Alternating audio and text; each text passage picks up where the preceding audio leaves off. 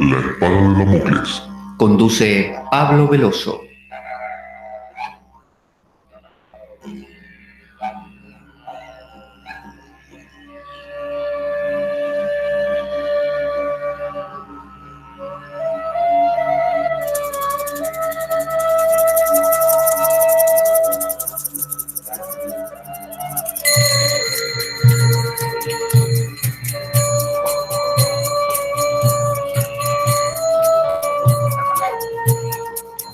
Tal como lo cortés no quita lo valiente, así lo hilarante no quita lo profundo. Y dado que la vida es un juego, aquí comienza La Espada de Damocles. La ficción más real que puedas concebir. La Espada de Damocles es un programa que por mera falta de objetividad cree ser diferente. Personajes mitológicos salidos de los más profundos avernos. Leyendas escabrosas y sin sentido. Curiosidades inquietantes e inútiles. Historias antiguas malversadas por nuestra incapacidad de entendimiento. Y cuentos carentes de profundo significado. También pretenderemos sin el menor éxito entender al ser humano en toda su dimensión. En suma, si quieres desperdiciar tu vida, aquí comienza La espada de Damocles, la ficción más real que puedas concebir. La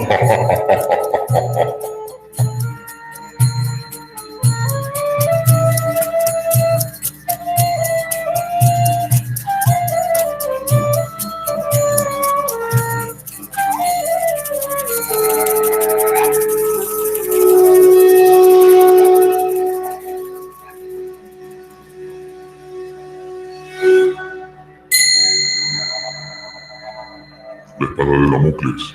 Conduce Pablo Veloso.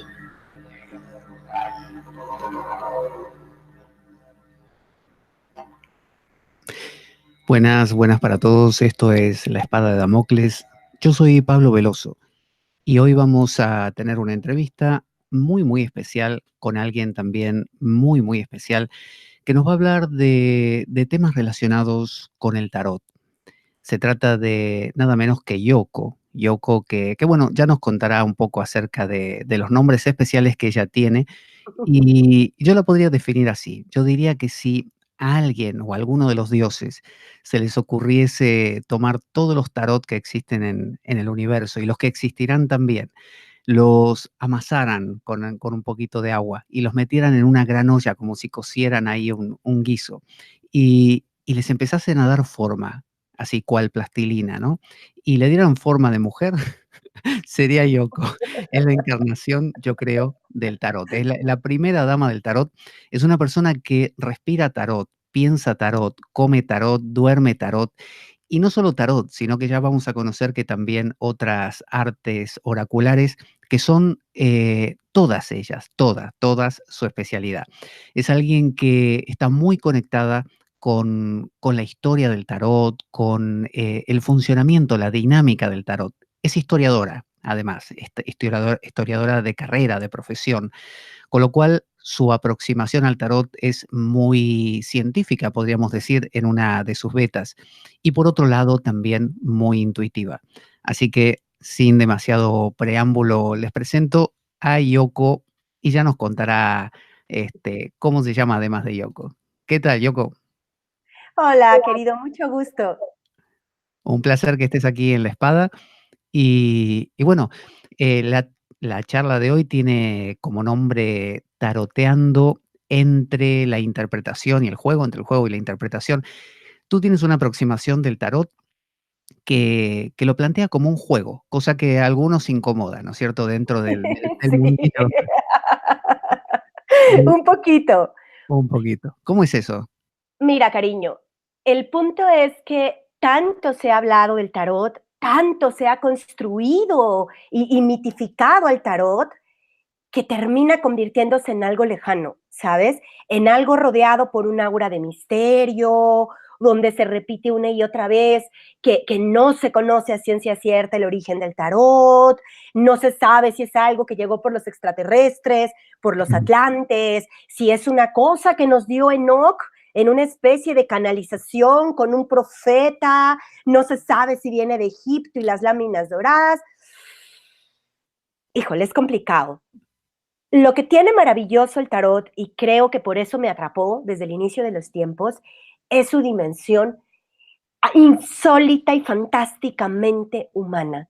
El tarot va a ser lo que quiera que nosotros seamos. Mira, yo conocí el tarot, me acerqué al tarot cuando estaba, como que te gusta, en el cuarto semestre de la carrera. Y tenía una materia bien bonita que se llamaba Historia de las religiones, ¿no? Era como las diferentes metodologías desde diferentes campos para acercarte al fenómeno religioso. Sociología, filosofía, un poquito de psicoanálisis, un poquito de Jung, un poquito de todo el mundo. Y en cierto punto nos presentan a los arcanos mayores del tarot de Marsella como pretexto para platicar sobre arquetipos universales. Entonces, en realidad yo comencé acercándome al tarot como un producto que se puede estudiar desde la cultura, como un producto humano, como un producto que responde a una sociedad de determinado tiempo. Ajá. No sabía bien todavía qué era. No sabía si era solo este contenedor de símbolos universales, como lo dice Jung. Yo no sabía si funcionaba para la predicción. Yo no sabía si tenía connotaciones mágicas o evolutivas. Sencillamente me acerqué a él como un producto cultural. O sea, Yoko, que lo que estás diciendo es que el tarot tiene distintos abordajes, diferentes abordajes. Hay gente que lo aborda desde lo esotérico, hay gente que lo aborda desde lo meramente intuitivo. Tú lo abordaste inicialmente desde un enfoque de tu carrera, científico, Cultural. cultural. Y más que científico es humanista, porque en realidad la gente que hacemos ciencias sociales no somos científicos, estamos muy lejos de, ya sabes, dar verdades absolutas y tener experimentos que repitan siempre el mismo resultado, ¿no? Tienes razón, tienes razón.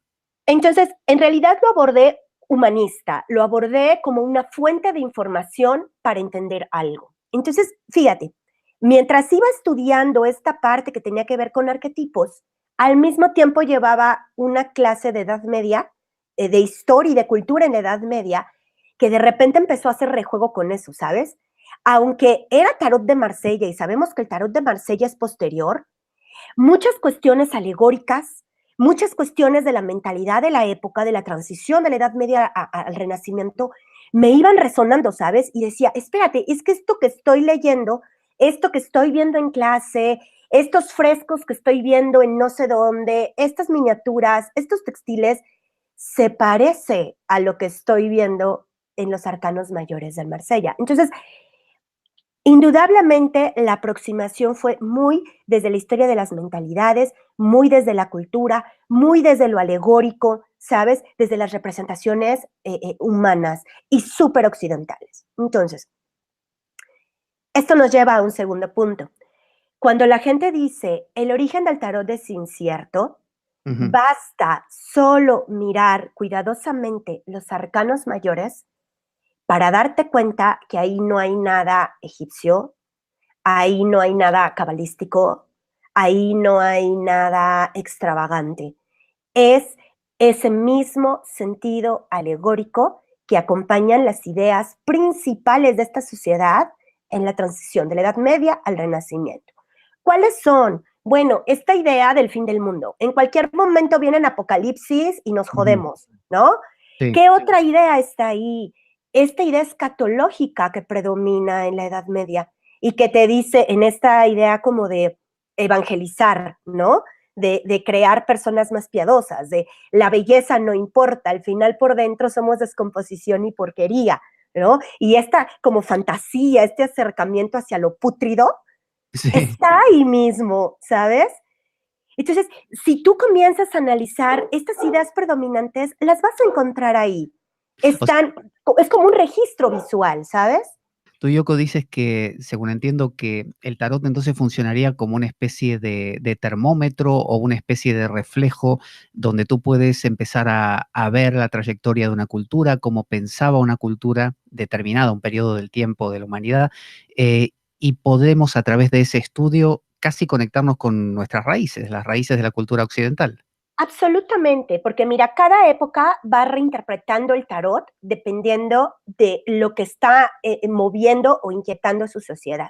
Entonces, en el siglo XV, en Italia, tenemos estos fabulosos tarots de juego. Sí, gente, son de juego. Son de juego, pésele a quien le pese. Y hay pruebas históricas y documentos que comprueban que el tarot es un juego, ¿ok? Pero ¿y a qué se jugaba Yoko con el tarot? ¿Qué es lo que se hacía con el tarot? Se juega como se hace con el bridge, con la canasta, con la baraja española. Son juegos de mesa que son para divertirse, para entretenerte. Pero Pero jugaban todos, por ejemplo, ¿el herrero del pueblo también jugaba o los nobles no? absolutamente. Tienes tarots insólitos como el Sol la Busca, que son obras mandadas a hacer particularmente, además exquisitamente por artistas plásticos, no es una cosa que venga en plantillas que se imprimen, se pinta a mano y además por artistas de época reconocidísimos como Bonifacio Bembo en la Academia Carrara, ¿no? Claro, En la claro. Academia de Artes de Carrara. Pero también tenemos otras versiones que se imprimen, que utilizan otro tipo de planillas y que son accesibles para que los soldados, por ejemplo, en lo que están en una campaña, en una guerra hacia no sé dónde, entre que comienza la batalla o se van trasladando de un sitio a otro, tienen estos breves momentos de esparcimiento y juegan naipes y juegan tarot. Entonces, si tú analizas estos naipes del siglo XV, estos tarots del siglo XV, tenemos un montón de alegorías que corresponden a las premisas del barroco. Y esas son, a partir de las imágenes necesitamos evangelizar, necesitamos crear una contrapartida del avance de la reforma protestante. Ah, vale. Cuando tú pasas a los naipes ya de factura francesa, notas en los naipes que muchas de estas alegorías que tienen que ver con lo piadoso, que tienen que ver con la evangelización, cambian y se secularizan, ¿sabes? Entonces, hay un ejemplo increíble de un besazón, de un mazo besazón, que se produce al tiempo de la Revolución Francesa y figuras como el papa o la emperatriz se sustituyen y entonces en lugar del emperador es el abuelo y al emperador en lugar de corona le ponen un gorro frigio y a la emperatriz le dicen la abuela. Entonces, la Revolución Francesa se cuela en medio de un tarot. Por eso Continúas. por eso que es un termómetro de cada cultura y de cada cambio político, social, económico, religioso. Exactamente. Cuando tienes esta, como esta fuerza del movimiento de la Ilustración en Francia, tienes un redescubrimiento de culturas antiguas que se habían dejado de lado, como lo egipcio. Entonces, justo en este momento que se redescubre lo egipcio, es que entonces comienzan todas esas atribuciones esotéricas al tarot, como lo hace Coeur de Gibelin, todas estas asociaciones con Thoth, todas estas asociaciones de Papus, todo lo que viene posterior con Aleister Crowley. Pero hablando de Aleister Crowley, perdón, tú analizas lo que hace Aleister Crowley y es una expresión de la revolución intelectual de la transición del siglo XIX al siglo XX. Entonces, el tarot siempre va a estar expresando los procesos de una sociedad dinámica. por eso es que tú eres una gran coleccionista de tarots, porque imagino que buscas tener, claro, toda la secuencia, desde el primero que puedas encontrar hasta el reciente que salió ahora, ¿no es cierto? Bueno, ese es el pretexto para justificar una adicción, ¿ok? ¿Cuántos tienes, Yoko? ¿Cuántos tienes? Mira, no tengo tantos como muchos amigos que están en Norteamérica y que tienen colecciones brutales, que tienen 400, 500 mazos. No, yo debo de estar como sobre 200 y tuve como un ejercicio de desprendimiento y el año pasado me respiré profundo, me paré frente a la vitrina y empecé a sacar cosas y las vendí. Pero con 200 mazos, ¿qué te queda de casa, Yoko? Pues prácticamente nada, o sea, el problema es que está los tarots y acaso una hornilla para preparar comida y se acabó. Más o menos. Y dime una cosa, cuando hablabas de esto del tarot como elemento de juego, además de como elemento de evangelización, o paralelamente, ¿a qué se jugaba antes de que empezaran estas primeras barajas que tú citabas? Mira, lo lúdico es importantísimo. y en nuestra sociedad occidental es uno de sus pilares. Ajá. Antes de que aparecieran estos naipes que traen los árabes, se jugaba básicamente en Europa ajedrez y dados. Ajá. Y sobre todo en los dados al inicio y posteriormente en el tarot, lo que tienes es una representación del universo. Es como reducir nuestra cosmovisión a un microcosmos, a una cosa chiquitita, que al final es esta huella indeleble que va dejando nuestra cultura a su paso. Y la relación entre lo lúdico, entre el jugar, que tú dices que es innato del ser humano, y luego el empezar a otorgar significados, a codificar que si salen esos dados que son heredados, supongo, de los romanos, si salen esos dados una combinación determinada, puede llegar a significar tal cosa, y para ese soldado que va a la batalla puede tener sentido que le digan que va a triunfar o que no va a morir. ¿Cómo es ese paso o siempre existió a la par? Lo que pasa es que desde que estamos en la Tierra hemos hecho una hermenéutica de las cosas, o sea, un intento de decodificar los mensajes ocultos que tenemos de cosas, atrás de cosas aparentemente normales. El vuelo de las aves, los patrones que se forman en la arena al arrojar un objeto, en las runas, que es como, ya sabes, comprimir a su mínima expresión, a su forma más sencilla, un concepto súper complejo. Entonces, todo el tiempo hemos estado tratando de leer esos patrones que en apariencia no son tan aparentes. Y si nosotros consideramos que la religión y la adivinación aparece súper temprano, súper temprano, desde que somos Homo sapiens, sabemos que el pensamiento mágico, religioso y por ende oracular está ahí. Y este proceso hermenéutico, este proceso de interpretación del vuelo de los pájaros, de las vísceras de los animales, de las nubes, o en este caso del tarot, ¿cómo es su mecanismo? ¿Cuál es la dinámica de una persona que se planta frente a unas cartas y cómo es que esas cartas hablan? Mira, partamos del punto que el tarot es una pasada. El tarot, al ser juego, creo yo muy particularmente, que es una especie de caos primigenio, ese mismo caos, ese mismo material del que están hechos los sueños y están hechos los mitos. Recuerda que siempre que vamos a contar una historia de cómo se creó el mundo, sin importar la cultura a la que estemos hablando, tenemos un caos, un desorden, ¿sabes? Un desmadre, como decimos en México. Sí. Y poco a poco vamos tratando de organizar el tiempo, el contenido, las conductas, una genealogía de dioses. Con el tarot pasa lo mismo, es un desmadre. Al final no terminas entendiendo a ciencia cierta qué es el tarot. Comienza como un juego, pero bien lo decía Enrique Enríquez el día que lo entrevistaste. Sí. De tanto de repetirle al tarot que es un oráculo, terminó creyéndoselo. Y de tanto repetirle al tarot que puede ser terapéutico, se convirtió en una herramienta terapéutica.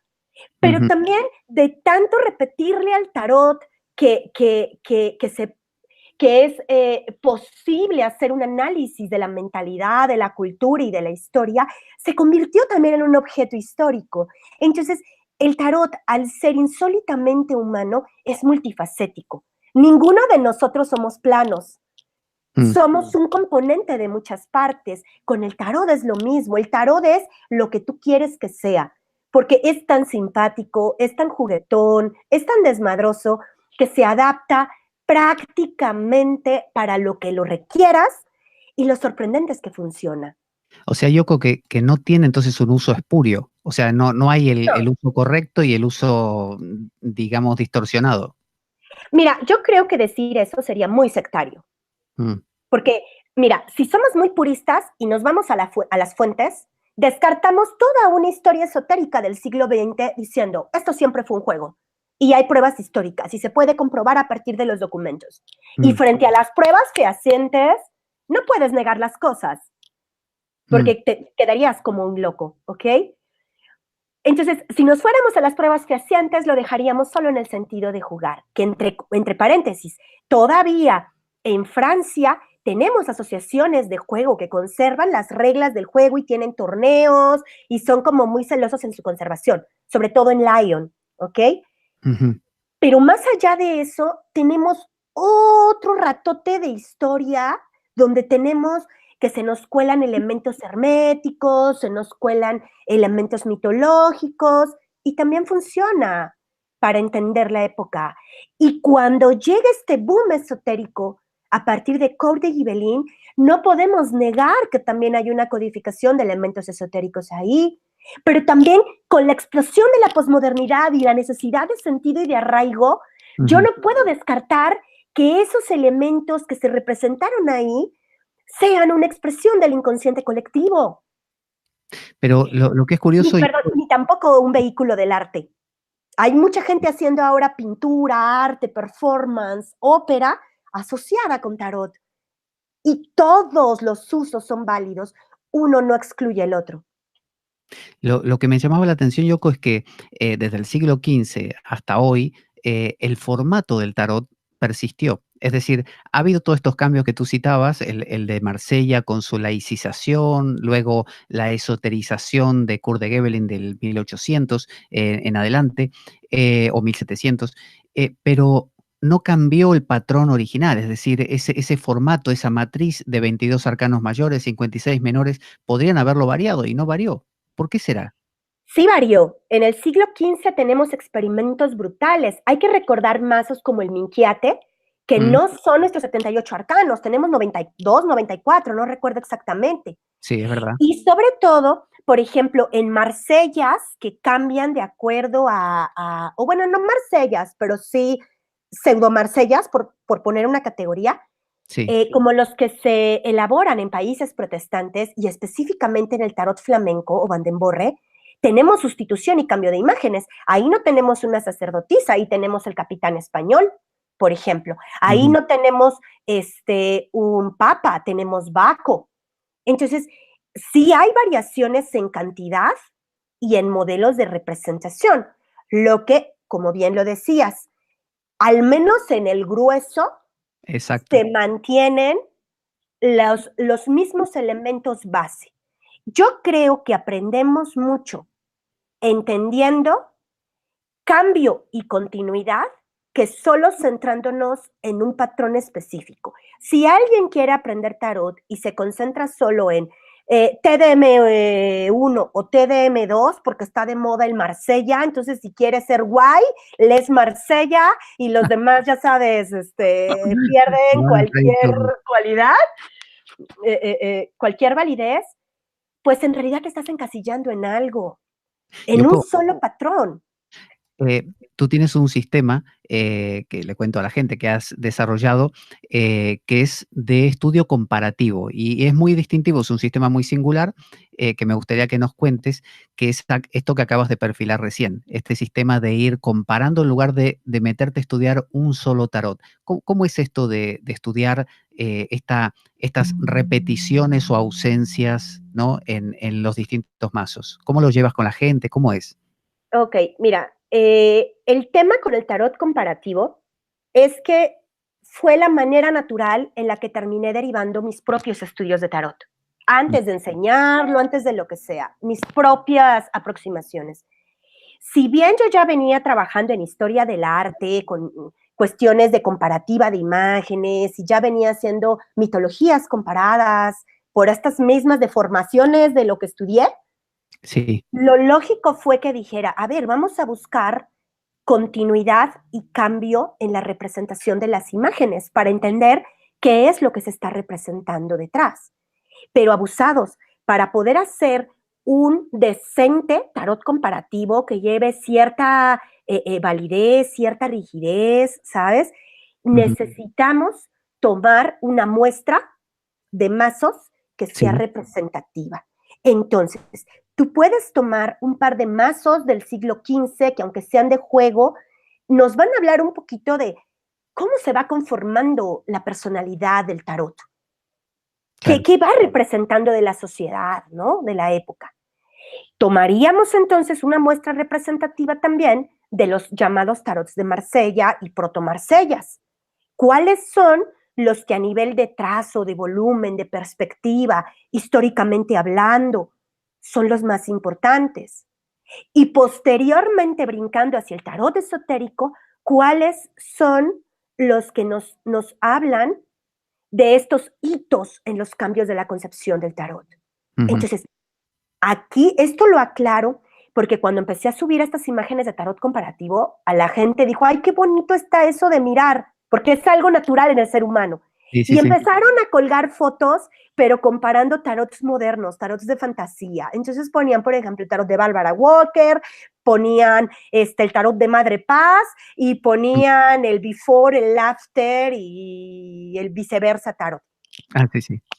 No, o sea, no, por favor. Eso no es una muestra representativa.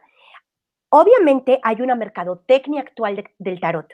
Y eso está bonito a los que nos gusta coleccionar, porque a quién no le gusta tener una baraja bonita. O sea, hay una baraja de los Simpson y por supuesto que quiero mi baraja de los Simpson. Y no tiene validez histórica, no tiene validez para entenderlo desde una comparativa del tarot. Me gusta porque es bonito, me gusta porque tiene que ver con gustos personales. Es como la gente fanática de Game of Thrones y que entonces quieren su tarot de Game of Thrones. Está buenísimo, pero no me sirve para hacer tarot comparativo. Pero algo nos reflejará también de nuestra época, o sea, agregar ese último coletazo que es nuestra época actual y nuestros referentes en cuanto a tarot, ¿nos dice algo de nosotros también? Sí, pero creo que yo me quedaría clavada, o sea, el último tarot que yo incluyo es el Crowley, porque piensa que para hacer historia necesitas un evento que te permita cierto distanciamiento a nivel temporal. Si está demasiado cerca ya no es historia, ya es sociología. Entonces, si tú quieres entender el tarot desde su perspectiva histórica, necesitamos buscar tarots muestra para analizar lo que hay. No lo que queremos encontrar, sino lo que el tarot por sí mismo revela. Ahora, ¿qué sucede con estos tarots más modernos? Por un lado, son una expresión de la cultura pop. Imagínate, me encanta RuPaul, carrera de drag queens, y hay 3 tarots solamente sobre carrera de drag queens. Claro. Hay una muchacha en Chile que es artista gráfica, ella es fotógrafa y tal, y acaba de poner sobre la mesa el tema de las transexuales desde una perspectiva fotográfica, artística y tarótica. Imagínate cuánto nos habla de la sociedad, de nuestra sociedad, analizar, por ejemplo, estos tarot de drag queens con este tarot trans de esta chica que te estoy hablando. Sí, o por ejemplo en los oráculos Lenormand, cuando ahora ya están viniendo, en lugar de la dama y el caballero, ya viene doble esas figuras para que quien sean homosexuales, lesbianas o homosexuales masculinos puedan aprovechar esas combinaciones.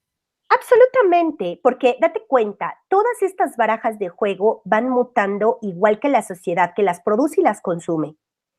Pero mira, regresando a los ejemplos de las fotos que empecé a ver colgadas en redes después de que empecé a publicar estas cositas que iba haciendo con mis alumnos en mis tallercitos, ¿no? Si tú pones un arcano con el Rider White y pones el After Tarot y el Before Tarot, no sirve para hacer tarot comparativo, abusado. Eso no es un patrón válido para entender el símbolo. Sin embargo, es útil. Es útil para imaginar. Piensa cuán larga es la tradición de escritores famosos que han recurrido al tarot y a los oráculos para escribir. Bueno, hay una tradición larguísima. Me haces acordar a el castillo de los destinos cruzados de Italo Calvino, claro.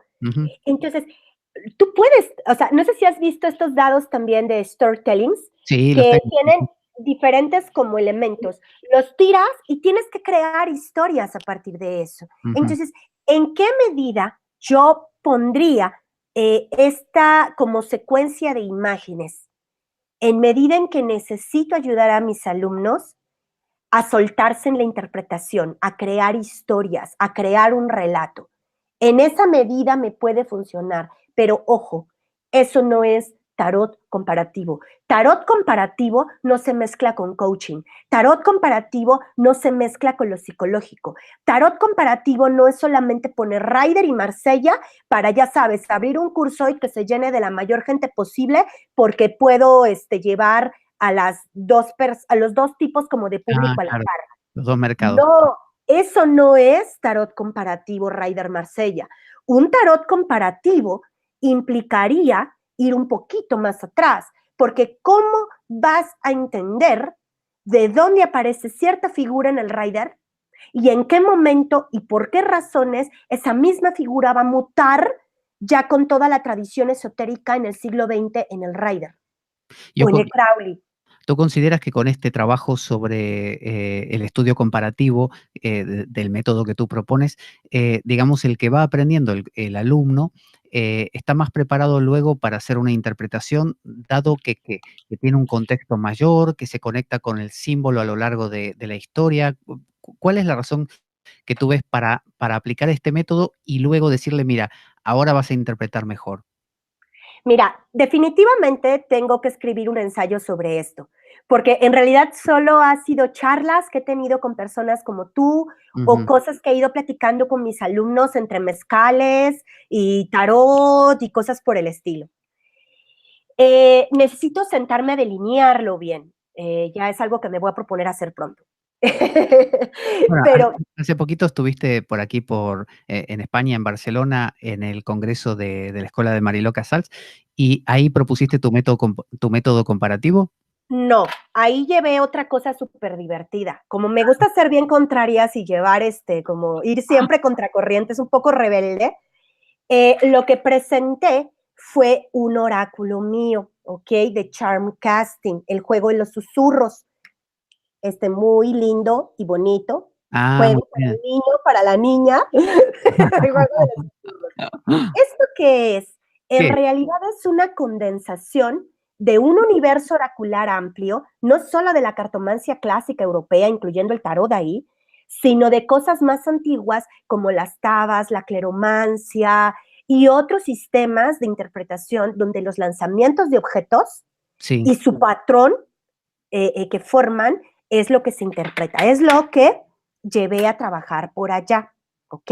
Ahí no me metí mucho en estos berenjenales de mi tarot comparativo. Fui un poco a decir, vamos a jugar y en el camino, poquito a poquito, vamos jalando también al tarot a este lugar que siempre ha sido propio para él. Entonces, yo presenté en el Congreso una ponencia sobre mi sistema de adivinación, sobre mi oráculo, que no tiene nada que ver con el charm casting que están haciendo los gringos hace 5 o 6 años. Esto es algo que ya se nutre de otro tipo de tradiciones ancestrales, pero con la idea de empezar a tocar el tarot, para que la gente se vuelva a dar un poco el permiso de jugar, porque se ha sacralizado tanto el tarot que no se lo permiten. Entonces es ir incluyendo un poquito el tarot ahí, ¿sabes? O sea que el charm casting sería como un paso previo, sería como un animarse a jugar un poquito. Es como un pretexto para soltarte. Pero si ya de plano eres tan descarado que sí te atreves a tomar una baraja de juego de tarot y decir, al carajo voy a desacralizar esto, esto ni es Tora, ni Rota, ni el árbol de la vida, ni las Sefirots, y te atreves a jugar, ya, al carajo, agarra un mazo y no pasa nada. Pero hablando del método, que era lo que me preguntabas antes de que nos desviáramos con el charm, Sí. en realidad me insistieron mucho en enseñar tarot y yo era tenía mucha resistencia porque para mí era tan importante el tarot, tan identitario para mí, una herramienta tan contestataria que no quería compartirlo. Decía, te enseño oráculos, te enseño Lenormand, te enseño lo que te dé la gana, pero el tarot es mío. Hasta que finalmente me dieron suficiente de alcohol como para convencerme y dije, está bien, voy a enseñar tarot. Y abrí mi tallercito de tarot comparativo. Yoko, ya le digo a los oyentes, tenemos el método para que Yoko nos enseñe un poco de mezcal, ¿no? Con mezcal funciona. Un mezcalito y funciona. Entonces, ¿te acuerdas que hace unos días teníamos una plática privada y concluíamos que tú realmente aprendiste algo, realmente tienes un dominio de la materia cuando eres capaz de transmitirlo de manera fácil y de manera lúdica? Entonces, el haberme sentado a enseñar tarot después de tantos años estudiándolo fue como una prueba de fuego en medida en que me llevó a concretar, a aterrizar y explicar con peras y manzanas un concepto que se puede sonar complicado, porque a lo mejor me siento con otro historiador y me entiende de volada esta cuestión de la comparativa de las imágenes, o piensa un lingüista que haga semiótica, puta, le va a agarrar en 3 segundos, pero piensa que en ese primer grupo que tuve había amas de casa, tenía amigas que son DJ y que además hacen un poco de tarot de Marsella, y entonces también tenía un muchachito, por ejemplo, que es estudiante de arquitectura, y al mismo tiempo tenía otra amiga mía que es historiadora y bibliotecóloga, perdón. Entonces, yo tenía gente que tenía un contexto, un background intelectual profundo, y tenía alguien que decía, pues bueno, vengo de dejar al niño en la escuela, ya estoy aquí sentado, vamos a estudiar tarot. Claro. Entonces, lo que tuve que hacer fue como un ejercicio más como de mayéutica, ¿sabes? De sentarme en una mesa, de decirle a la gente, relájate, esto no es tan complicado como parece, pídete un cafecito, pídete un mezcalito y vamos a solamente a mirar. ¿Te acuerdas estos juegos que aparecían en los periódicos dominicales que te decían, señala las similitudes y las diferencias? Uh-huh. Eso lo hicimos. Lo que ellos no sabían, que detrás había un trabajo un poquito más profundo para seleccionar qué mazos les estaba poniendo enfrente para observar. Claro. Entonces, a partir de que yo los fui cuestionando, a ver qué miras, a ver qué se repite, a ver qué colores predominan, qué opinas sobre el volumen, qué opinas sobre la distribución de los elementos, cómo está la perspectiva, es que les iba sacando poquito a poquito sus propias conclusiones. Entonces, hoy en día tengo muchachos que decantaron por Rider y hacen puro Rider, pero tengo gente que se quedó clavada en el Marsella y hoy le ha dado un nivel de profundidad mayor a sus lecturas a partir de sensibilizarte en lo expresado en la imagen. A mí me parece que esto que cuentas de este proceso de ir comparando para poder conectarte con el símbolo, yo creo que también eso es algo que le pasa a todo tarotista que va coleccionando barajas a lo largo del tiempo. Pero claro, es algo que le pasa en un lapso de 30 años. Tú se lo estás dando todo concentrado y pensado, ¿no? Con un sistema detrás, una metodología, en poco tiempo. O sea que tú estás dando casi el producto terminado a alguien que recién empieza, algo que no es para nada para desestimar. Lo que pasa es que es lo que platicábamos, cuánto tiempo llevaba trabajando y estudiando tarot. Entonces, la prueba de fuego era que toda esa carga que a veces es muy nerdosa, muy clavada, ¿sabes? Un poco abstracta, lo tradujeras a algo que un ama de casa pudiera entender. Obvio, no es sencillo, tenían que estudiar mucho, tenían tarea en casa, el mamotreto de anotaciones después del taller quedó algo así, y tuve un niño que terminó en terapia después de una clase. No y es real, es real. Imagínate que, como anécdota, el día que estábamos analizando el arcano 15, que es el diablo, sí, nuestro muy buen amigo, pues me senté a platicar, pues un poco sobre la sombra, que tú eres experto platicando en esas cosas, un poco de la representación del diablo, de cómo aparece en la historia y la cultura, cómo es un producto, el diablo es un producto cultural de la Edad Media, es parte de un sistema de coerción para obligar a que la gente obedezca, porque obedece más desde el miedo que desde el convencimiento. Entonces, tenemos una cosa a nivel gráfico de demonología en la Edad Media y luego en el Renacimiento y tal. Y hay también una historia de la cultura a partir de esa imagen, hasta que finalmente en el siglo XIX se convierte en el antihéroe, ¿no? En el símbolo de la libertad, de las necesidades personales, de la autoexpresión. Hay una cosa brutal en el diablo. Entonces ese día habíamos destapado una botella de tinto que se convirtieron en 2 y se convirtieron en 3. Y entonces ya viste que casi ni me apasiona hablar de tarot y si no me ponen el freno, yo me sigo. Sí. Terminamos analizando el tema del símbolo. ¿Qué te gusta? Como 3 horas nos metimos hablando solo del diablo, 3, 4 horas. Al final la gente salió un poco así mareada, ¿no? Pero lo loco fue que mientras íbamos platicando, de repente sí tenían reacciones muy viscerales. Yo los veía y sentí que estaba tocando de repente cosas que provocaban. Y finalmente, cuando nos despedimos, uno de mis alumnos dijo en la madre, esto era una clase, pero fue un espejo para mí. Dice, yo no me había dado cuenta hasta qué punto mi sombra, esos mecanismos que son ahí en automático, me llevan a actuar de ciertas cosas. Entonces, el muchacho llega a terapia al día siguiente y cuando le dicen, porque era además un grupo, ¿no? De terapia, ¿qué tema vienes a trabajar? Dice, hoy vengo a trabajar mi sombra.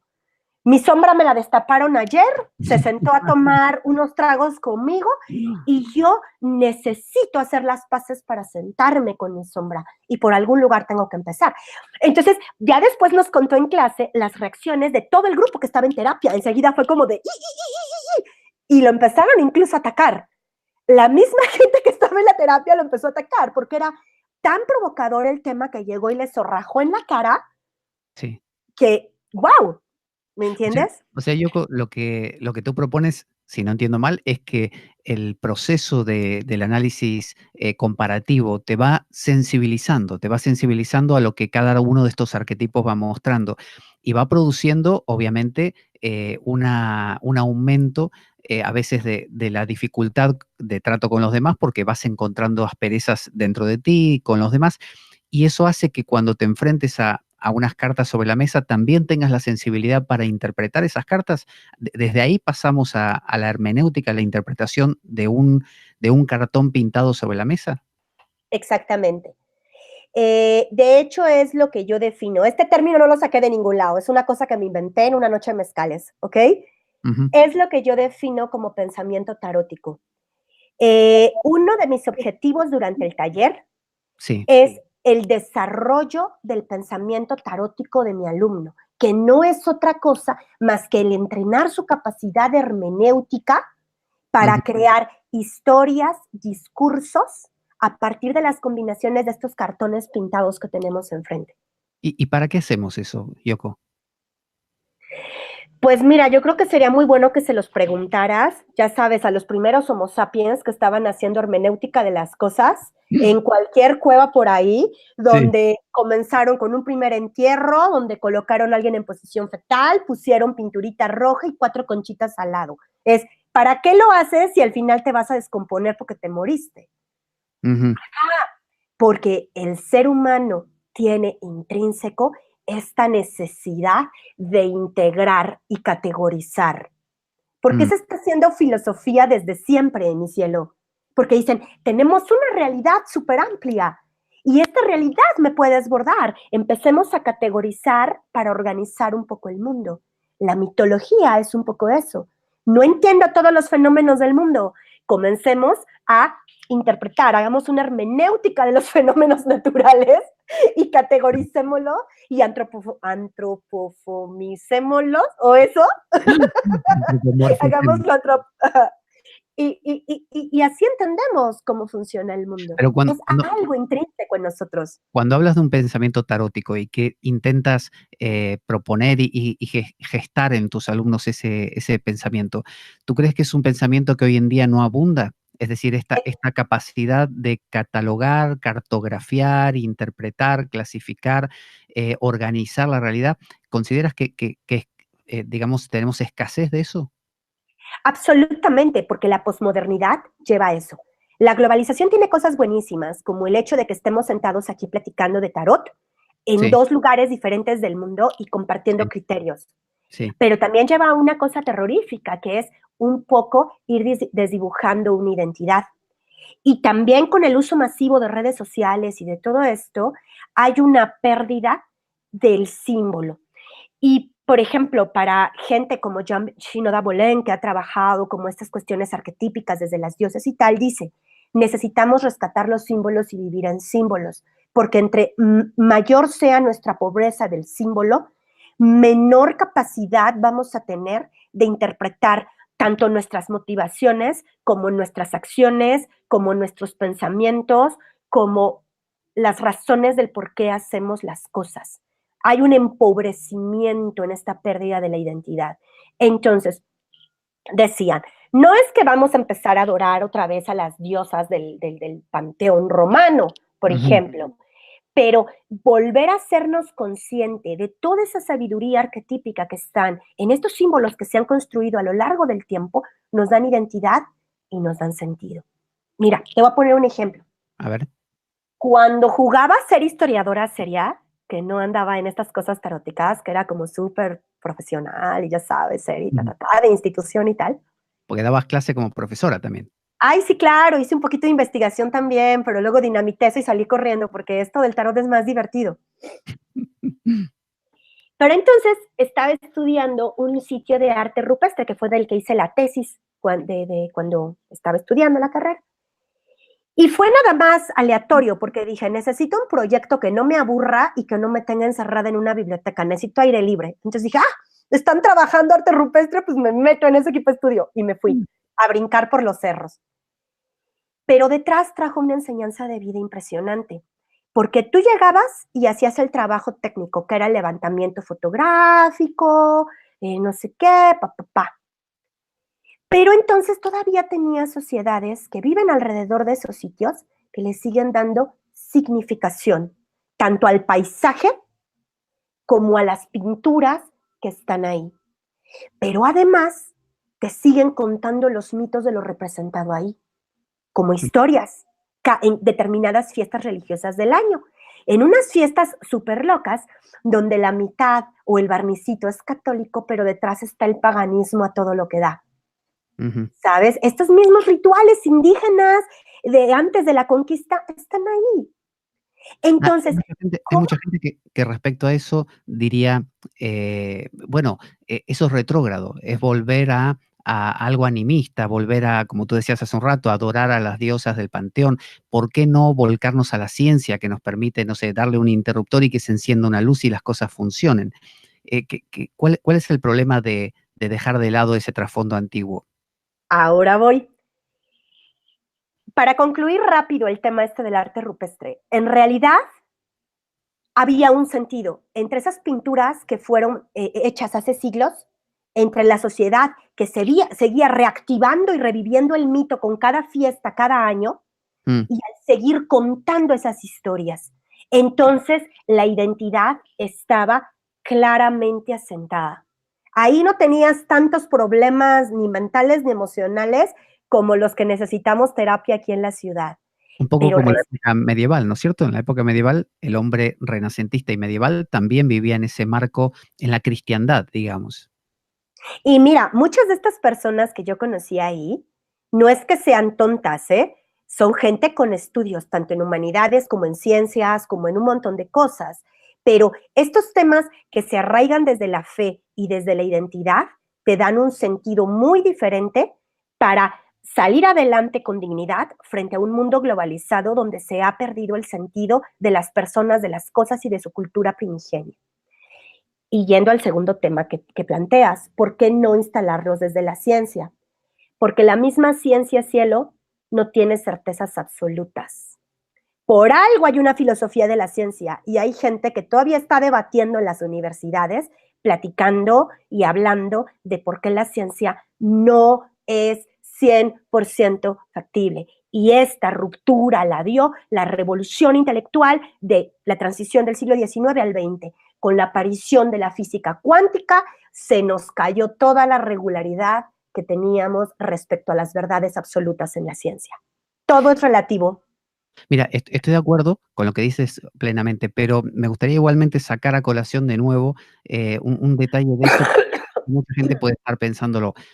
Tú tienes ahora puestos, por ejemplo, unos auriculares, ¿no? Unos audífonos. Alguien diría, ¿de qué te sirve el pensamiento, entre comillas, mágico? Pensar en, no sé, en los arquetipos, si no te va a contribuir en absoluto, sino que te va a estorbar inclusive para poder fabricar o crear más de esos auriculares o ordenadores o mandar un cohete a la luna.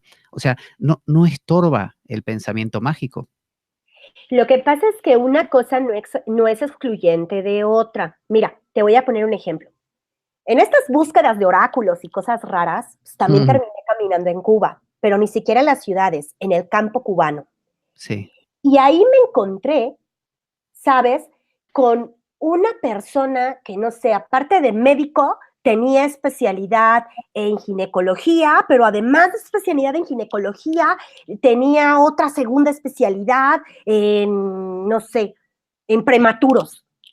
Y esa misma gente formada dentro de la ciencia, absolutamente científicos, gente que está como, no sé, que estudió bioquímica y que está en el IPK, por ejemplo, tratando las enfermedades tropicales de la manera más brutal, cuando se quitan la bata del laboratorio y llegan a casa, le encienden una vela a sus ancestros, porque una cosa no excluye a la otra.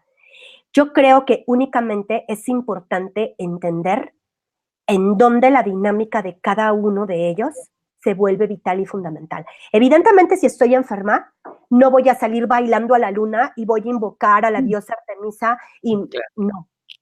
Sabes que eso es del médico, del facultativo, eso es ciencia, tienes que ir directo a su campo como súper bien definido. Pero la ciencia no lo explica todo y es donde entra ahí esta organización del pensamiento mágico y del pensamiento cosmogónico y mitológico.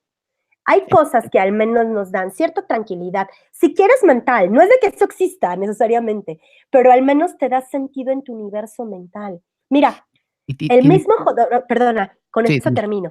El mismo Jodorowsky decía, qué raro que en estas sociedades que tienen estas prácticas de disociación de la mente consciente, como en el espiritismo afrocaribeño, donde la persona se desprende del consciente y entra a una especie de potencia o ser o espíritu en el cuerpo, dice, tiene menos problemas mentales que una persona racionalista, completamente ecuménica, ¿no? Que alguien muchísimo, no sé, alguien ateo en Occidente. Dice, es que hay algo, dice, que se sana dentro de nuestros procesos mentales al abandonarnos sencillamente al vivir en símbolos, porque seguimos soñando en símbolos, seguimos imaginando en símbolos. Nadie sueña texto, soñamos imágenes. Claro que sí. Porque así funciona la mente. Entonces, sería como recuperar una conexión con una dimensión más onírica, más intuitiva. Exacto. Que propicia, según decías, la reflexión, propicia la capacidad del ser humano de reflejarse justamente, de observarse, de tomar una distancia de sí mismo, del sí mismo, me refiero a individuo racional, y desde la irracionalidad, desde lo absurdo inclusive, poder observarse con otro rostro. Y me parece que eso vincula con algo que tú haces que es muy curioso, que quizá podamos hablar con más extensión en otra ocasión, pero ahora podrías dar unos lineamientos y que sé que estás por dar algo de eso, que es nada menos que la bola de cristal. Fíjate, lo que pasa es que la bola de cristal es muy taquillera porque hay todo un estereotipo, ya sabes, de la gitana de feria, la carpita, alguien haciendo unos pases mágicos, ya sabes, y entonces te dicen, no, ¿qué crees? Te vas a morir, ¿no? No, mira, la bola de cristal es súper interesante pensando en que tiene origen en uno de los oráculos más antiguos, que es la hidromancia. ¿Vale? La hidromancia la tenemos en Egipto, la tenemos en la Grecia clásica. No es comercial, pero si por ahí quieren pasar a darle la vuelta en Facebook a mi paginita de charlas sobre tarot, subí apenas unas imágenes muy lindas de una fuente que se utilizaba, de un pozo, perdón, para la hidromancia en la Grecia clásica. Dicen que Nostradamus utilizaba la hidromancia para sus... ¿no? Exactamente. En todas estas sociedades paganas también, celtíberas y tal, se utilizaba la hidromancia. Entonces, estuvo ahí presente la lectura del agua, la lectura del caldero. Ha sido una constante. En cierto momento comenzaron a hacerse las bolas ya de otro tipo de materiales como el cuarzo, el cristal o el vidrio. ¿Y para qué nos funciona en la modernidad la bola de cristal? Bueno, es volvernos a conectar con este sentido espiritual, muy de los espiritistas del siglo XIX, ¿se acuerdan? Que ponían su bola de cristal en medio de la mesa o su ouija, se agarraban de las manos y toda la persona que era alguien en sociedad tenía estas tertulias espiritistas, ¿no? Sí, sí. Era como muy chic, muy de moda, y después se perdió. Pero bueno, te conecta un poco con este sentido como espiritual. Por otro lado... Se perdió Yoko también porque hubo mucho fraude con esto del por supuesto. ¿te acuerdas? Por supuesto. Pero bueno, es una cosa como de volver a conectar como con esta corriente espiritual, ese espiritismo kardeciano del siglo XIX. Por otro lado, es un entrenamiento para vaciar la mente, ¿sabes? Pero estando consciente, no como cuando tú das tus clases de yoga y puedes realizar algún tipo de meditación, el vehículo para el vaciamiento de la mente viene con otras herramientas. Aquí es a partir de la contemplación fija de un objeto. Viste que las viejas suelen decir, yo me acuerdo de las abuelas que decían, no dejes la mente en blanco porque entra el diablo. Y no es el diablo, solamente es todo este otro mundo onírico, divertido, simbólico, inconsciente, Muy que los inconsciente. artistas, los surrealistas, los dadaístas, toda esta banda divertidísima exploró. Es mismo lo que ellos lo hacen a través de una pintura, de una escultura, de una instalación performática, y nosotros lo vamos a hacer a partir de una bola de cristal. Entonces, hay dos cosas, dos vertientes que tú puedes tener con la bola de cristal. Puede ser solamente que permitas que estos símbolos aparezcan sin que le des una connotación predictiva. Solamente es, vamos a ver qué hay en mi mente loca. Voy a apagar el ruido de la televisión, de las redes sociales, de todo lo que me distrae y vamos a ver qué se está gestando en mi mente. Entonces, es un experimento brutal. Claro. Y muy honesto. Pero para quien tenga la creencia más espiritual, más de yo puedo conectar a partir de mis seres guía, como en el espiritismo kardeciano, es un vehículo muy, muy, muy como válido, ¿sabes? En este mundo lleno de pseudochamanes, donde ya cualquiera saca un tamborcito, aunque no pertenezca ni a esa cultura ni nada, donde se hace también un chamanismo light, y donde ya cualquiera saca unas cartas como de Dora en Virtue que te conectan con un ángel o con tu animal de poder. Al menos Vamos a aclarar que Doreen Virtue es una creadora de unas barajas de oráculos, ¿no? De tarot de Los Ángeles, que vendió cantidades. Después se convirtió al cristianismo y pidió por las redes sociales que todos quemaran esas barajas porque eran del diablo y que ella ya no las quería. Una locura. Entonces, es una aproximación más honesta y más personal, como sin gurús, que también ese es otro problema. Por algo las sectas han proliferado en la posmodernidad, porque la gente necesita aferrarse a algo. Claro. Y al menos la bola de cristal te permite entrar a este mundo interno, sea desde la fe o sea desde tu mente, desde lo que está detrás de bambalinas en tu mente, y lo puedes traer al aquí y a la hora de una manera como dosificada, amigable, y ya lo que hagas a partir de eso es tu bronca, ¿sabes? Es tu Genial. problema.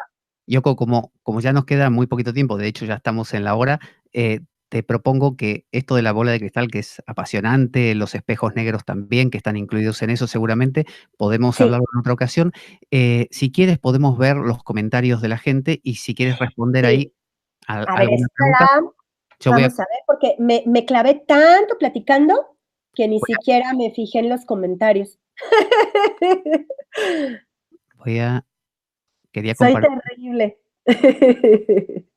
¿Tú si ves alguna pregunta? A ver, aquí quedó. Saludos desde Chile nos mandan, un montón de saludos. A ver, dice aquí Guaquero retirado. ¿Para qué sirve el tarot? ¿Solo juego, relación de arquetipos, autoconocimiento? Ah, pues eso ya lo platicamos. Eso ya nos extendimos. Ay, dicen que sí, que tengo una obsesión. Sí, horrible, tengo una obsesión horrible. Dice Guaquero que para él solo es un adorno y que se ve bonito tenerlos, pero por supuesto, hay tarots que solamente me levanto en la mañana y digo, ay, qué Para lindo verlo. eres. Le doy un beso y sigo tomando café, pero por supuesto. Y sí, dice también Guaquero, oye, cuánta conversación de Guaquero, qué bien me cayó. Dice, ¿me recuerda a Yoko Ono? Sí, de hecho, sabes que a mí me pusieron Yoko Ono en mi primera, ¿cómo se llama? Acta de nacimiento, porque mi papá era súper fan de John Lennon y compañía, y entonces me pusieron Yoko Ono. Entonces, en cuanto yo pude, evidentemente me quité el Ono, ¿no? Ah, ¿te pusieron Ono también? Y yo soy Yoko Ono, para que sepas, y me quité el Ono, porque es como ponerle a alguien Brittany Sánchez. O sea, como que no empata la cosa, ¿ves? Claro, claro. A ver, aquí Daniel Orozco, ay, él es paisano mío. Dice, ante los diferentes tipos de tarot, ¿cambia la manera de leer cada uno desde la teoría o depende principalmente de la manera en que cada lector entiende el tarot? No, aquí definitivamente cambia dependiendo del tipo de tarot que hablemos. Aquí no tiene que ver cómo lo entiendas tú. Mira, alguna vez me incluyeron en un grupo de tarot que quería estudiar el Minquiate y decía este grupo, no vamos a estudiar autores, no vamos a estudiar nada, solamente lo que nuestra intuición nos diga al respecto. Y había una imagen en el Arcano 6, que son los enamorados, donde decían, no, es que aquí el monje está hincado de amor a la mujer y no sé qué, y casi me fui para atrás, porque evidentemente el tipo no estaba enamorado, eso era una alegoría del amor místico. Era la figura de un religioso hincado delante de una de las virtudes enfrente. Entonces, lo que teníamos era una metáfora y una alegoría que pertenece a la época en que fue manufacturado el tarot. Entonces, hay que tener mucho cuidado con estos acercamientos intuitivos, porque no se puede hacer tarot intuitivo con todos los mazos. Es válido que quieras hacer tarot intuitivo, pero no con todos los mazos, por ejemplo. Vale. A ver, aquí dice Gabriel Garbo, podemos darle una interpretación al tarot y a otras cosas como oráculos y objetos. Bueno, ya hablamos de eso, que es esta hermenéutica de la que platicábamos. Dice desde Perú, Guaquero, que si el tarot es un buen negocio, pues yo creo que sí, hay toda una industria formada alrededor, ¿no? Entre editoriales, Sí. entre congresos, cursos, talleres, lectores, o sea, tanto bien hecha el trabajo como hecho con las patas, es una industria gigante que genera millones. Pregúntale a Use Games, ¿no? Sí, sí. Es un negociazazazo, ¿no? Y dice Guaquero, tengo que qué bien me cayó el Guaquero, él se llevó toda la conversación, la hora completa. Dice, ¿qué rige el tarot? ¿Es simplemente el azar? ¿Es un margen para quien lo usa para interpretar? Pues es aleatorio, ¿sabes? Aquí, en otra ocasión, podemos platicar de la probabilidad, llevándolo más desde la estadística y desde las combinaciones posibles que tenemos con el tarot. Es un ejercicio hermenéutico a partir de una cantidad bastante grande de combinaciones posibles. O sea, Sí, eso nos da para filosofar bastante, ¿eh? porque en realidad hemos tocado la punta del iceberg nada más, porque habíamos propuesto el tema Sí. de la hermenéutica y casi ni lo rozamos. Mira, yo propongo que nos juntemos con Guaquero, tú y yo, y aunque sea virtualmente, nos echamos 3 mezcales y filosofamos acerca de esto. Se nos va la noche entera, ¿eh? Mira, aquí nos saluda Darwin Patricio desde Cuenca, otro saludo de regreso. Dice, aquí hay otro invento de baraja, que utilizaron en discos de David Bowie. Por supuesto, ha sido mucha gente en la pintura, en la música, que han trabajado con el tarot. Creo Y que dice que ellas... el Tarot Way también fue alguien que lo popularizó, no sé si en una película de James Bond o una cosa así, y a partir de ahí tuvo un levantón muy grande. Exacto. Y mira, aquí hay otro elemento bien grande. Tengo un amigo muy querido que estuvo acompañándonos en un conversatorio tarótico que tuvimos para celebrar el Día del Tarot, apenas en mayo, que se llama Éuscaro. Él se ha clavado mucho también a trabajar con numerología y con simbología. Entonces, si solamente te clavas a hablar del tema de numerología, tienes otras 2 horas de programa, ¿eh? Y si te agarras a Éuscaro, que habla hasta por los codos igual que yo, olvídate, te vas a amanecer. Aquí también, Mande. aquí también saluda a Oscar de Valle, que desde Málaga, que sabía yo que nos estaba viendo, que bueno, que él es un gran, que lo voy a entrevistar la semana siguiente, de paso lo anuncio. Súper amigo. Súper amigo y que ha desarrollado todo un sistema que se llama el encabalgamiento Sí. y ha estudiado cómo las cartas se conectan entre sí de una forma gráfica y Exacto. si las superpones, los personajes parecen coincidir perfectamente en continuar un brazo de uno con el palo del otro, el gorro de uno. Genial, genial. Así que a Oscar lo vamos a tener la semana siguiente en el mismo horario, mismo día, charlando sobre este encabalgamiento. Fíjate que yo lo sigo hace muchos años, justo porque las imágenes que propone te terminan moviendo a algo, son altamente provocadoras y Sí. son geniales. Entonces, hace mucho tiempo yo lo sigo en estos experimentos. Eso sí es como una intuitiva del tarot, ¿sabes? Que no es descabellada. Eso me gusta. Mira, aquí Guaquero, te digo que hay que echarnos unos mezcales con Guaquero. Pone tarotista, taróloga o tarotónoma. Pues ninguna de las tres. Porque, ¿te acuerdas que antes era término tarotista? Entonces, Sí. toda esta banda jodorowskiana se quiso distanciar y entonces empezaron a inventar sus tarólogos. Pero entonces después en Argentina hubo otro movimiento que dice, no, somos taromantes porque hacemos evolutivo, ¿no? Sí. No predictivo. No, yo soy cartomante porque le entro a todo. Le entro a Lenormand, le entro a tarot, juego con tarot, hago tarot predictivo. Yo sí admito públicamente que hago tarot predictivo, por ejemplo, aunque suene muy provocador, pero también hago análisis de la imagen. Entonces, eres un oráculo viviente, así que incluyes todo por eso. Ay, pues bueno, aquí está Oscarito. Kalila dice que se quedaría con todo el día. Pues mira, hay que invitarla también en este chat multitudinario con mezcales. Ay, Mercedes, un saludote grande, mi amor. Muchas gracias. Aquí dice mezcal o tarot. ¿Con cuál se queda, Yoko? Pues con los dos. Me quedo con los dos.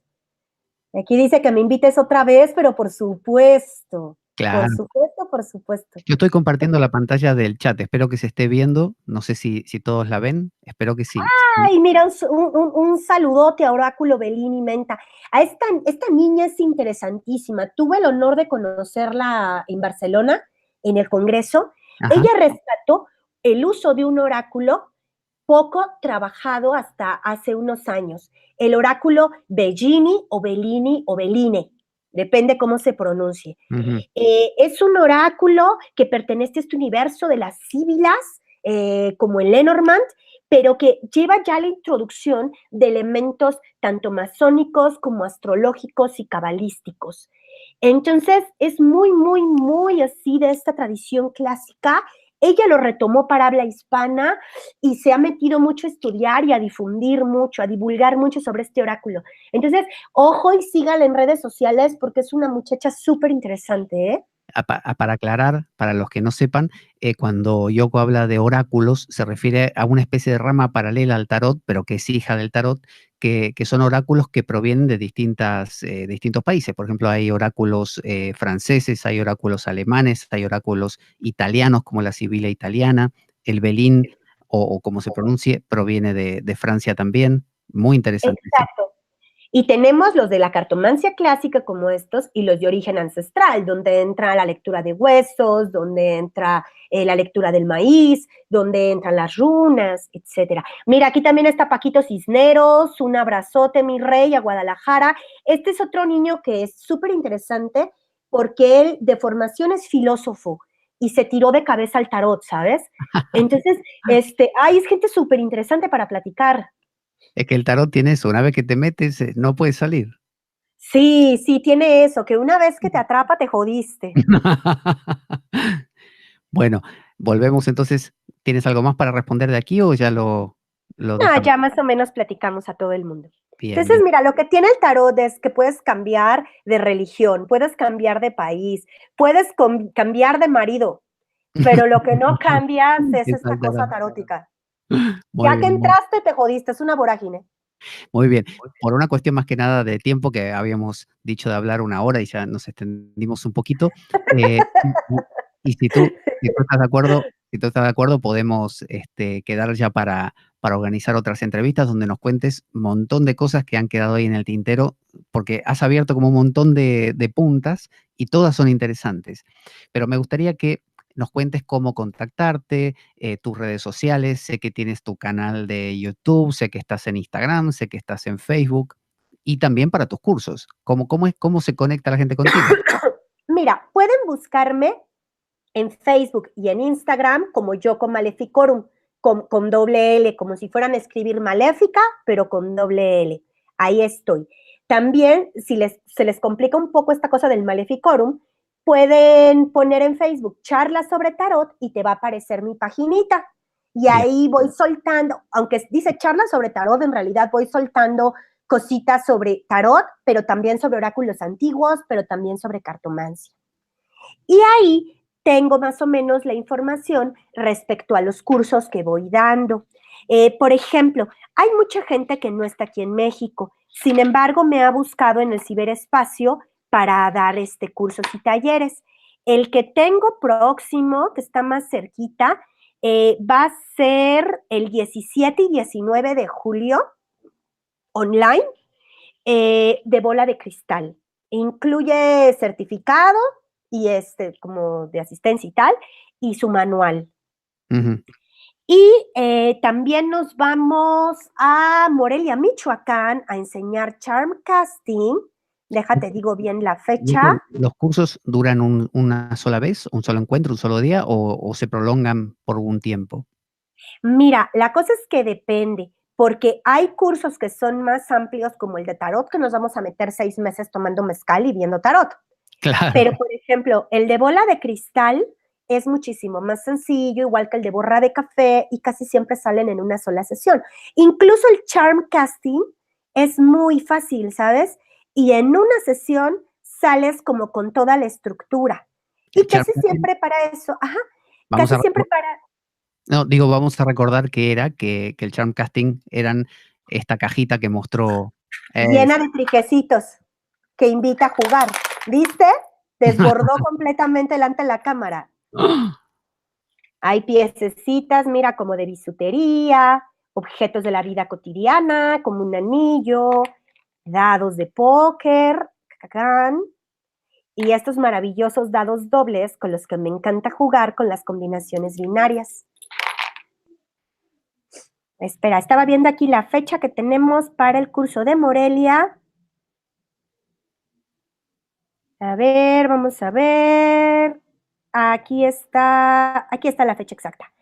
Es sábado 27 de julio, de 12 a 6 de la tarde, en Morelia, Michoacán.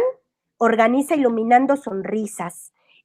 Ya está ahí en mis redes sociales el contacto para que se comuniquen y les puedan dar más detalles. Incluye igual constancia, asistencia y oráculo. Este es presencial. Este es presencial, en Morelia, Michoacán. Y si alguien te escribe, por ejemplo, por Facebook y todo eso, tú contestas. Ay, por supuesto. Ya en este mundo globalizado, me la paso en las redes sociales. ¿Y quién no lo hace? Vale, muy bien. Bueno, ha sido un placer charlar contigo. Todo lo que sabes es increíble, por eso digo que eres la encarnación del oráculo del tarot mismo.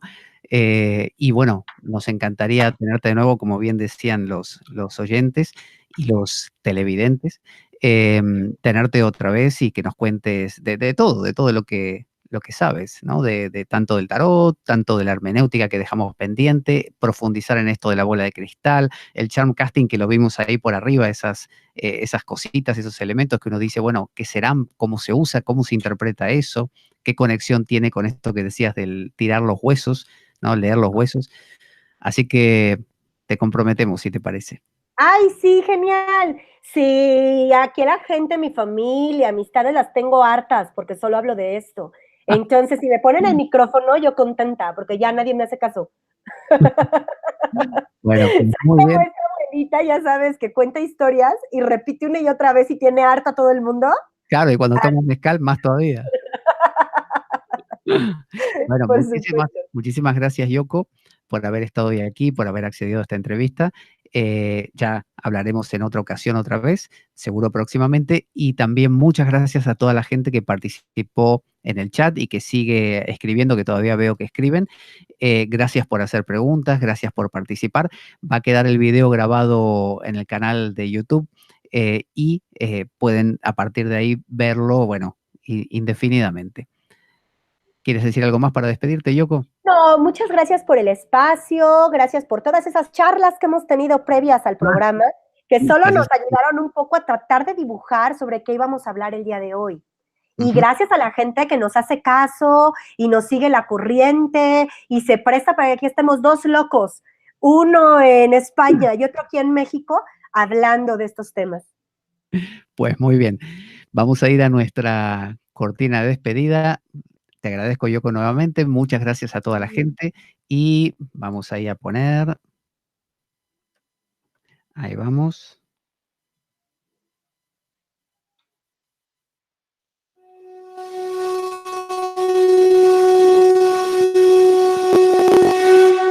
Esto es La Espada de Damocles. Yo soy Pablo Veloso. Muchas gracias a todos. Buena vida, buena semana y avanti damocleanos. La Espada de Damocles. Conduce Pablo Veloso.